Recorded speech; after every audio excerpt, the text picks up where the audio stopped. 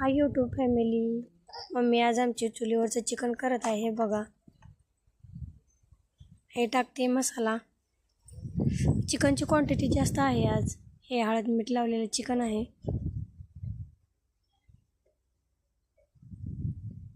आता याची वाफ काढून घेतली तिनं. ही तिखट भाजी करत आहे बघा.